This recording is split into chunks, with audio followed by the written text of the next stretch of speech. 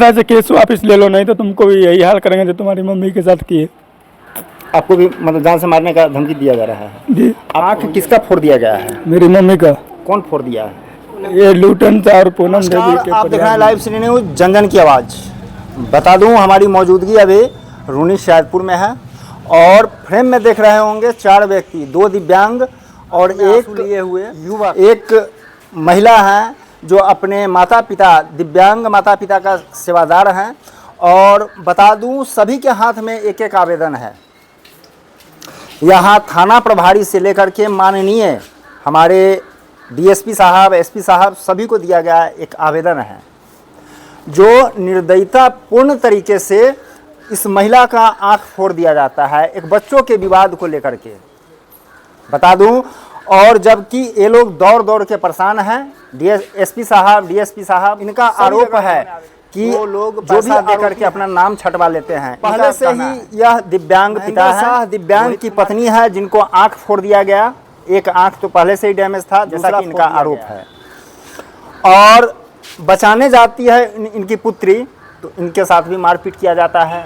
इनके द्वारा आवेदन दिया गया है लेकिन अब तक किसी की गिरफ्तारी नहीं हुई है। वहाँ पंचायत में इनका कहना है ये मुखिया, सरपंच और विधायक सभी के साथ गए, सभी के पास गए, सभी से संपर्क किया लेकिन कोई इनको इंसाफ दिलाने में सक्षम नहीं है। मामला 110/2025 जो महिंदवाड़ा थाना कांड संख्या है जिसको लेकर के इन्होंने एसपी साहब से मिला है और क्या कुछ बोले हैं, क्या आश्वासन मिला है उसकी जानकारी लेंगे। महेंद्र शाह कौन है आपके? पापा है। पापा हैं। आपका नाम क्या है? मेरा नाम रोहित। किसका फोड़ दिया गया है? मेरी मम्मी का। कौन फोड़ दिया है? ये लूटन था और पूनम देवी के परिवार मिलकर। आँख फोड़ दिया है कि पहले से ही फूटा हुआ है? नहीं, आँख फोड़ दिया पहले से सही था। हम थाना में पहले दिए तो फिर उसके बाद कुछ दिन का नहीं गिरफ्तारी हुआ। हमको मालूम नहीं था जो कैसा धारा लगा हुआ है। तो फिर हम एसपी सर के पास गए तो वो बोले क्या इसमें मतलब कि देखते हैं, आवेदन दिए, लिखवा कर बाहर से लिखवा के 100 रुपये लेता है, लिखवा के दिए तो बोलते हैं क्या ऐसे देख लेते हैं, हम देख लेंगे। तो ये हुआ पहला दिन गया तो ये बोले, दूसरा दिन गया तो क्या करा देख लेंगे। फिर तीसरा दिन गए तो बोल अपना मतलब साथ में का जो रहता है ना उनके साथ में, तो उनको साथ बोला इनको बोलो गिरफ्तारी करने के लिए। तो अभी तक मतलब गिरफ्तारी नहीं हुआ। हम लोग का धमकी देता है, उसके बाद भी वापस ले लो, नहीं तो तुमको भी यही हाल करेंगे जो तुम्हारी मम्मी के साथ किए। आपको भी मतलब जान से मारने का धमकी दिया जा रहा है जी।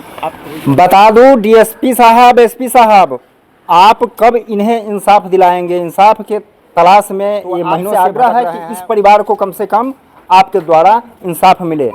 आप थाना प्रभारी से मिले? जी।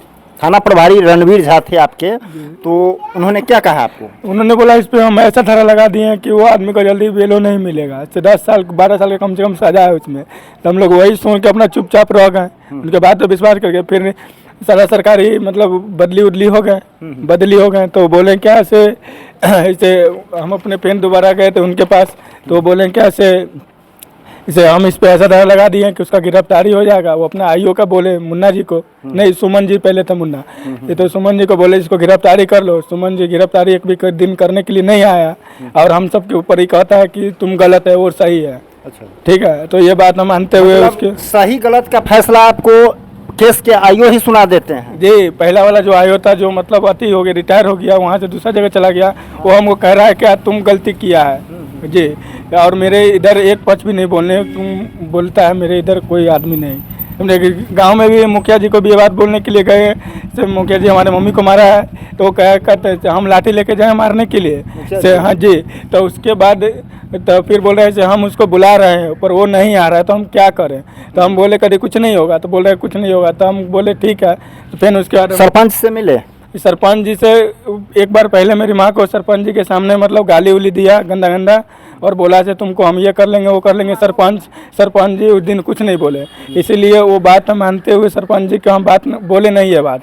ठीक है, से हमारे विधायक को बोले? विधायक को हम फोन पे बोले थे, जो विधायक जी हमको आपसे मिलना है, चाहे आप समय दीजिए कुछ दिन के, कुछ समय हमके लिए दीजिए, चाहे आपसे कुछ बात बताना है। तो बोलें क्या बात है, फ़ोन पे बताओ। तो हम बताएं से ये बात हमारे साथ हुआ है कि थाना उन्होंने पूछा, हम बता दिया, करा ठीक है हम कह देते हैं, ऐसे वो मतलब काम करेगा।